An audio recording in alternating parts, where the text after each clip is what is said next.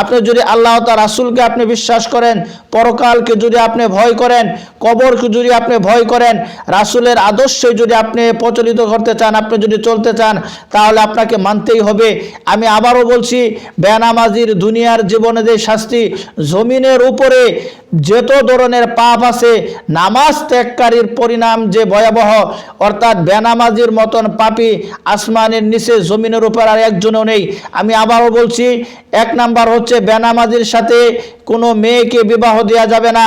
বেনামাজি মেয়ের বিবাহে ওলি হতে পারবে না, অর্থাৎ বাপ বেনামাজি, সে তার মেয়ের বিবাহের ওলি হয়ে সে বিবাহ দিতে পারবে না। বেনামাজিদের বিয়ে বৈধ থাকবে না। স্বামী নামাজ পড়ে, স্ত্রী পড়ে না, স্ত্রী পড়ে না, স্বামী পড়ে না, তাদের বিবাহ বাতিল, তারা অবৈধ। এবং 4 নাম্বার হচ্ছে বেনামাজি কোনো হালাল পশু, গরু, মহিষ, মুরগি যাই আছে, এগুলা জব করলে তাদের গোশত খাওয়া যাবে না।